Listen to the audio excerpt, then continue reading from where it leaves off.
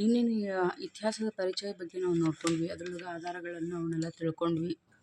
ನಾವು ಇತಿಹಾಸ ಯಾಕೆ ಓದಬೇಕು, ಇತಿಹಾಸ ಮತ್ತು ಕಥೆಗಿರುವಂಥ ವ್ಯತ್ಯಾಸಗಳನ್ನು ನೋಡ್ಕೊಂಡ್ವಿ. ಸೊ ಇವತ್ತಿನ ದಿನ ನಾವು ನಮ್ಮ ಯುರೋಪಿಯನ್ನರು ಪರಿಚಯಿಸಿದ ಭಾರತ ಹೇಗಿತ್ತು ಅನ್ನೋದನ್ನು ನಾವು ಇವತ್ತು ತಿಳ್ಕೊಂಡ್ರಿ.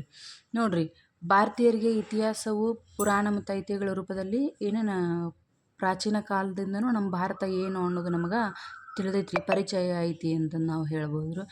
ಆದ್ರೆ 16ನೇ ಶತಮಾನದೊಳಗೆ ನಮ್ಮ ಭಾರತಕ್ಕೆ ಬಂದಂಥ ಯುರೋಪಿಯನ್ನರು ಅದ್ರೊಳಗೆ ಕೆಲವು ಜೀಸಟ್ ಪಾದ್ರಿಗಳು ಇದ್ರು ನೋಡ್ರಿ. ಏನಿದು ಜೀಸಟ್ ಪಾದ್ರಿಗಳು ಅಂದ್ರೆ ನೋಡ್ರಿ, 1534 ಪ್ಯಾರಿಸ್ನಾಗ ಜೀಸಸ್ ಸಂಘವನ್ನು ಇಗ್ನೇಷಿಯಸ್ ಲಯೋಲ ಕಟ್ಟಿಸ್ತಾನ್ರಿ ಎಂಬಾತನು. ಏನಂದ್ರೆ ಇಗ್ನೇಷಿಯಸ್ ಲಯೋಲ ಏನಂದ್ರೆ 1534 ಪ್ಯಾರಿಸ್ನೊಳಗೆ ಜೀಸಸ್ ಸಂಘ ಏನು ಕಟ್ಟಿರ್ತಾನಲ್ಲ, ಈ ಜೀಸಸ್ ಸಂಘದ ಸದಸ್ಯರನ್ನು ಏನಂದ್ರೆ ಜೀಸೋಟ್ ಪಾದ್ರಿಗಳು ಅಂತಂದು ಹೇಳಿ ಕರೀತಾರೆ. ಇವರು ನಮ್ಮ ಭಾರತಕ್ಕೆ ಬಂದು ಏನಂದ್ರೆ ನಮ್ಮ ಭಾರತೀಯರ ಜೀವನ ಕ್ರಮ ಹೆಂಗಿರ್ತೈತಿ ಅಂತಂದು ತಿಳ್ಕೊಳಕಂತಂದು ಬಂದಿರ್ತಾರೆ. ಯಾಕೆ ಬರ್ಬೇಕ್ರಿ ಇವರೆಲ್ಲ? ಸುಮ್ಮನೆ ತಮ್ಮ ಪಡಿತಾ ಇರ್ಬೇಕಿಲ್ಲ, ಅವ್ರು ಬರೋದಿರಲಿ, ನಾವೆಲ್ಲ ಇವನ್ನೆಲ್ಲ ಸ್ಟಡಿ ಮಾಡ್ಬೇಕು. ಇವ್ರು ಯಾರು, ಇವ್ರ ಹೆಸರು ನೋಡ್ರಿ ಹೆಂಗೆಂಗದ, ಇವನ್ನೆಲ್ಲ ತಿಳ್ಕೊಳೋದ್ರಾಗ ನಮ್ಗೆ ತಲೆ ಬೆಳಗಾಗಿರ್ತೈತಿ. ಇವನ್ನೆಲ್ಲ ತಿಳ್ಕೊಬೇಕು ನಾವೆಲ್ಲ. ಭಾರತೀಯರ ಜೀವನ ಕ್ರಮ ಹೆಂಗೈತೆ ಅಂತಂದು ತಿಳ್ಕೊಳಕ್ಕೆ ಬಂದಿರ್ತಾನ್ರಿ ಇವ ಜೀಸಟ್ ಪಾದ್ರಿಗಳು. ಬಂದು ಅವ್ರೊಳಗೆ ಏನಂದ್ರೆ ಒಬ್ಬ ಜೀಸಟ್ ಪಾದ್ರಿ ಒಳಗೆ ಅಂದ್ರೆ ಹೆನ್ರಿ ಚಿರೋತ್ ಅಂತ ಬರ್ತಾನ್ರಿ. ಇವ ಏನಂದ್ರೆ ಬಂದು 350 ವರ್ಷಗಳ ಹಿಂದನೇ ಏನೈತೆ ಸಂಸ್ಕೃತ ವ್ಯಾಕರಣವನ್ನು ಏನೈತಲ್ರಿ ಮೊದಲ ಬಾರಿಗೆ ಲ್ಯಾಟಿನ್ ಭಾಷೆಗೆ ಏನಂದ್ರೆ ಲ್ಯಾಟಿನ್ ಭಾಷೆ ಒಳಗೆ ಬರೋದು ನೋಡ್ರಿ. ಇದನ್ನು ಗೊತ್ತಾತಲ್ರಿ? ಏನಿಲ್ರಿ ಇದ್ರೊಳಗೆ 16ನೇ ಶತಮಾನದೊಳಗೆ ಯುರೋಪಿಯನ್ನರಲ್ಲಿ ಕೆಲವು ಜೀಸಟ್ ಪಾದ್ರಿಗಳು ಬರ್ತಾರೆ. ಅದರೊಳಗಿರುವಂಥ ಹೆನ್ರಿ ಚಿರೋತ್ ಏನದನಲ್ಲ 350 ವರ್ಷಗಳ ಹಿಂದೆನೇ ಏನಂದ್ರೆ ಸಂಸ್ಕೃತ ವ್ಯಾಕರಣವನ್ನು ಲ್ಯಾಟಿನ್ ಭಾಷೆಗೆ ಬರೆದ್ನಂತ ನೋಡ್ರಿ. ಮತ್ತು ಹೊಳ್ಳಪಸ ಏನಂದ್ರೆ ಅವು ಬರೆದು ಒಂದು ಶತಮಾನ ಕಳೆದ ನಂತರ ಏನೈತಲ್ಲ ಫಾದರ್ ಕಾರ್ಡಕ್ಸ್ ಅಂತ ಬರ್ತಾನೆ. ಇವ ಏನಂದ್ರೆ ಸಂಸ್ಕೃತ ಮತ್ತು ಯುರೋಪಿನ ಭಾಷೆಗಳ ನಡುವೆ ಸಂಬಂಧವಿದೆ ಅಂತಂದು ಹೇಳಿ ಹೇಳ್ತಾನೆ ನೋಡ್ರಿ. ಮತ್ತು ವಾಪಸ್ಸು ಇದೇ ಹೊತ್ತಿಗೆ ಏನಂದ್ರೆ ಬ್ರಿಟಿಷರಿಗೆ ಬಂಗಾಳದ ದಿವಾನಿ ಹಕ್ಕು ದೊರೀತು. ಇದೇ ಟೈಮ್ನಾಗ ಯಾವುದ್ರಿ ಸಂಬಂಧವಿದೆ ಅಂತಂದು ಯಾರು ಫಾದರ್ ಕಾರ್ಡಕ್ಸ್ ಅಂತ ಹೇಳ್ತಾನಲ್ರಿ, ಹೇಳಿದ ಟೈಮ್ನೊಳಗೆ ಬ್ರಿಟಿಷರಿಗೆ ಏನಂದ್ರೆ ಬಂಗಾಳದ ದಿವಾನಿ ಹಕ್ಕು ಏನಂದ್ರೆ ದೊರಕಿತು ಅಂತಂದು ಹೇಳಿ ಇದನ್ನು ಮಾಡಿ. ಆದ್ದರಿಂದ ಏನಂದ್ರೆ ಬ್ರಿಟಿಷರು ಏನು ಮಾಡ್ತಾರೆ, ಅಧಿಕಾರಿಗಳು ಭಾರತೀಯರೊಂದಿಗೆ ವ್ಯವಹರಿಸುವ ಸಲುವಾಗಿ ಭಾರತೀಯರ ಇತಿಹಾಸ, ಅವ್ರ ಸಂಪ್ರದಾಯ ಏನೈತಿ, ಆಚಾರ ವಿಚಾರಗಳು ಏನದವು ಅವುಗಳನ್ನೆಲ್ಲ ತಿಳ್ಕೊಳಕ್ಕೆ ಪ್ರಾರಂಭ ಮಾಡಿದರು.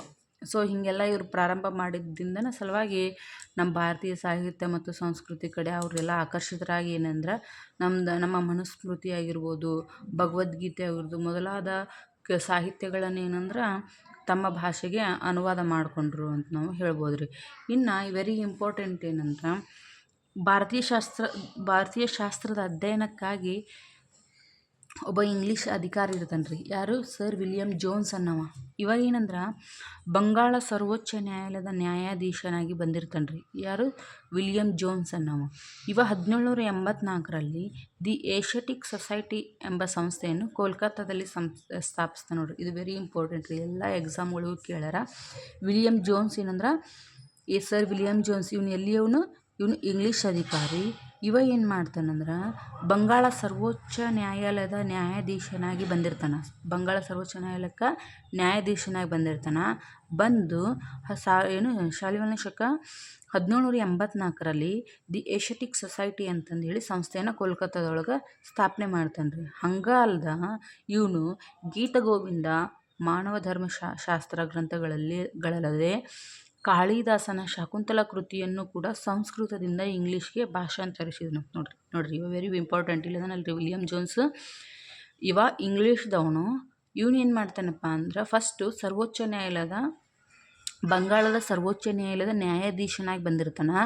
ಬಂದು 1784 ದಿ ಏಷ್ಯಾಟಿಕ್ ಸೊಸೈಟಿ ಎಂಬ ಸಂಸ್ಥೆಯನ್ನು ಕೋಲ್ಕತ್ತಾದಾಗ ಸ್ಥಾಪಿಸ್ತಾನೆ. ಅಷ್ಟೇ ಅಲ್ದ ಇವನು ಗೀತಗೋವಿಂದ, ಮಾನವ ಧರ್ಮಶಾಸ್ತ್ರ ಮತ್ತು ಕಾಳಿದಾಸನ ಶಾಕುಂತಲಾ ಕೃತಿಯನ್ನು ಸಂಸ್ಕೃತದಿಂದ ಏನಂದ್ರೆ ಇಂಗ್ಲೀಷ್ಗೆ ಭಾಷಾಂತರ ಮಾಡ್ತಾನೆ ಅಂತಂದು ಹೇಳ್ಬೋದು ರೀ. ಹಾಗೆ ಅನೇಕರು ಬಂದರು ನಮ್ಮ ಭಾರತಕ್ಕೆ. ಹಂಗೆ ಅದ್ರೊಳಗೆ ಮ್ಯಾಕ್ಸ್ ಮುಲ್ಲರ್ ಅಂತ ಬರ್ತಾನೆ. ಇವನೇನಂದ್ರೆ ಜರ್ಮನ್ ದೇಶದವನು. ಇವನು secret book of the East ಹೆಸರಿನಲ್ಲಿ 50 ಪುಟಗಳನ್ನೇನಂದ್ರೆ ಇಂಗ್ಲೀಷಿಗೆ ತರ್ತಾನೆ ನೋಡ್ರಿ. ಹಂಗೆ ಏನಂದ್ರೆ ಇವರು ಜೇಮ್ಸ್ ಮಿಲ್ ಅನ್ನೋ ಇನ್ನೊಬ್ಬರು ಬರ್ತಾರೆ. ಇವ್ರು ಏನಂದ್ರೆ ಸ್ಕಾಟ್ಲ್ಯಾಂಡಿನ ಇತಿಹಾಸಕಾರ ಆಗಿರ್ತಾರೆ James Mill. Max Muller German ದೇಶದವನಾದ್ರೆ, ವಿಲಿಯಮ್ ಜೇಮ್ಸ್ ಇಂಗ್ಲೆಂಡ್ನವನು, ಮತ್ತು ಜೇಮ್ಸ್ ಮಿಲ್ ಸ್ಕಾಟ್ಲ್ಯಾಂಡಿನ ಇತಿಹಾಸಕಾರರು. ಇವ್ರು ಏನಂದ್ರೆ ಹಿಸ್ಟ್ರಿ ಆಫ್ ಇಂಡಿಯಾ ಹೆಸರಿನಲ್ಲಿ 6 ಸಂಪುಟಗಳನ್ನು ಏನಂದ್ರೆ ಈ ಸಂಪುಟಗಳಲ್ಲಿ ಭಾರತದ ಇತಿಹಾಸವನ್ನು ರಚಿಸ್ತಾರೆ ಅಂತ ನಾವು ಹೇಳ್ಬೋದು. ಆದರೆ ಇನ್ನೊಂದು ಇಂಪಾರ್ಟೆಂಟ್ ಏನಂದ್ರೆ ಮ್ಯಾಕ್ಸ್ ಮುಲ್ಲರ್ ಆಗಿರ್ಬೋದು ಮತ್ತು ಈ ಜೇಮ್ಸ್ ಮುಲ್ ಯಾರಂದ್ರೆ ಹಿಸ್ಟ್ರಿ ಆಫ್ ಇಂಡಿಯಾ ಅಂತ ಬರೆದ್ರಲ್ಲ ಅವರು ಸ್ಕಾಟ್ಲ್ಯಾಂಡ್ನವರು ಜೇಮ್ಸ್ ಮಿಲ್ ಅವರು, ಅವರಿಬ್ಬರು ನಮ್ಮ ಭಾರತಕ್ಕೆ ಬಂದಿರಲಿಲ್ಲ ರೀ. ಓಕೆ, ಇನ್ನೊಬ್ಬ ಬರ್ತಾನೆ ಅಬೆ ಡುಬಾಯಿಸ್ ಅಂತಂದೇಳಿ. ಇವ ಏನಂದ್ರೆ ಫ್ರೆಂಚ್ ಮಿಷನರಿ ಆಗಿರ್ತಾನೆ. ಇವ ಶ್ರೀರಂಗಪಟ್ಟಣದ ಬಳಿ ಗಂಜಾಮ್ಗೆ ಬಂದು ನೆಲೆಸಿರ್ತಾನೆ. ಗಂಜಾಮ್ದಾಗ ಇರ್ತಾನೆ ರೀ ಇವ. ಶ್ರೀರಂಗಪಟ್ಟಣದ ಬಳಿ ಗಂಜಾಮ್ ಒಳಗೆ ಇರ್ತಾನೆ. ಎಲ್ಲಿವರೆಷ್ಟು ಏನಂದ್ರೆ ಇವನು 24 ವರ್ಷಗಳ ಕಾಲ ಇಲ್ಲೇ ಇರ್ತಾನೆ ನೋಡ್ರಿ ನಮ್ಮ ಭಾರತದೊಳಗೆ. ಇವನು ನಮ್ಮ ಸ್ಥಳೀಯ ಸಂಸ್ಕೃತಿಗಳನ್ನೆಲ್ಲ ಅಳವಡಿಸ್ಕೊಂಡು ಸನ್ಯಾಸಿಯಂತೆ ಬದುಕಿರ್ತಿರ್ತಾನೆ ರೀ ಅಬೆ ಡುಬಾಯಿಸ್. ಹಾಗಾಗಿ ಇವನ್ನೆಲ್ಲ ನಮ್ಮ ಕಡೆ ನಮ್ಮ ಜನರು ಏನಂತ ಕರಿತಿದ್ರು, ದೊಡ್ಡ ಸ್ವಾಮಿಯವರು ಅಂತಂದು ಹೇಳಿ ಕರಿತಿದ್ರಂತ್ರಿ. ಇವನು Hindu manners, customs and ceremonies ಎಂಬ ಕೃತಿಯನ್ನು ನಮ್ಮ ಭಾರತದ ಬಗ್ಗೆ ಬರ್ದಾನಂತ ನೋಡ್ರಿ. ಓಕೆ, ಇವೆಲ್ಲ ಏನೈತೆ ಅಂದ್ರೆ ಇದು ಯುರೋಪಿಯನ್ನರು ಪರಿಚಯಿಸಿದ ಭಾರತ ಅಂತ ನಾವು ನೋಡ್ಬೋದು ರೀ. ಇನ್ನು ಒಂದಿಷ್ಟು ಹೊಸ ಶಬ್ದಗಳನ್ನು ಕೊಟ್ಟಾರ ನೋಡ್ರಿ. ಜಿಸೋಟ್ ಆಗಲೇ ಹೇಳಿದ್ನಲ್ಲ, ಇಗ್ನೇಷಿಯಸ್ ಲೊಯೋಲಾ ಎಂಬ 1534 ಪ್ಯಾರಿಸ್ನೊಳಗೆ ಜೀಸಸ್ ಸಂಘನ ಕಟ್ಟಿಸ್ತಾನೆ. ಇದು ಏನಂದ್ರೆ ಪುರುಷ ಕ್ಯಾಥೋಲಿಕ್ ಪಂಥೀಯ ಧರ್ಮಾಸಕ್ತರ ಸಭೆ ಅಂತ ನಾವು ಹೇಳ್ಬೋದು. ಈ ಜೀಸಸ್ ಸಂಘದ ಸದಸ್ಯರು ಏನಂದ್ರೆ ಜೇಸೋಟ್ಗಳು ಅಂತ ನಾವು ಹೇಳ್ಬೋದು ರೀ. ಇನ್ನು ಮಿಷನರಿ ಅಂತಂದು ಹೇಳ್ತಾರೆ. ಏನಿದು ಮಿಷನರಿ ಅಂದ್ರೆ ವಿದೇಶದೊಳಗೆ ಕ್ರೈಸ್ತ ಧರ್ಮದ ಪ್ರಚಾರಕ್ಕಾಗಿ ಏನು ಕಳಿಸಿರ್ತಾರಲ್ರಿ ಧರ್ಮ ಪ್ರಚಾರಕರನ್ನ, ಅವ್ರನ್ನ ಮಿಷನರಿ ಅಂತಂದು ಹೇಳಿ. ಏನು ರೀ, ವಿದೇಶದಾಗಿರುವಂಥ ವಿದೇಶದೊಳಗೆ ಕ್ರೈಸ್ತ ಧರ್ಮದ ಪ್ರಚಾರ ಮಾಡೋ ಸಲುವಾಗಿ ಕಳಿಸಲ್ಪಟ್ಟುವ ಧರ್ಮ ಪ್ರಚಾರಕರನ್ನು ಏನಂದ್ರೆ ಮಿಷನರಿ ಅಂತಂದು ಹೇಳಿ ಕರೀತಾರೆ. ಇನ್ನು ಭಾರತೀಯ ಶಾಸ್ತ್ರ ಅಂತಂದ್ರೆ ನಮ್ಮ ಭಾರತದ ಇತಿಹಾಸ ಮತ್ತು ಸಂಸ್ಕೃತಿಯನ್ನು ಕುರಿತು ಏನು ಅಧ್ಯಯನ ನಡೆಸ್ತಾರಲ್ರಿ, ನಡೆಸುವ ಶಾಸ್ತ್ರಕ್ಕೆ ಏನಂದ್ರೆ ಭಾರತೀಯ ಶಾಸ್ತ್ರ ಅಂತಂದು ಹೇಳ್ಬೋದು. ಇನ್ನು ಪೌರತ್ಯವಾದಿ ಅಂತಂದ್ರೆ ಪೂರ್ವ ದೇಶಗಳ ಇತಿಹಾಸ, ಸಂಸ್ಕೃತಿ, ಆಧ್ಯಾತ್ಮ ಮುಂತಾದವುಗಳ ಬಗ್ಗೆ ಒಲವುಳ್ಳ ಯುರೋಪಿನ ವಿದ್ವಾಂಸರನ್ನು ಏನಂದ್ರೆ ಪೌರತ್ಯವಾದಿಗಳು ಅಂತಂದು ಹೇಳಿ ಕರೀತಾರೆ. Thank you friends. Next class ಒಳಗೆ ನೋಡೋಣಂತ್ರಿ. ಬಾಯ್.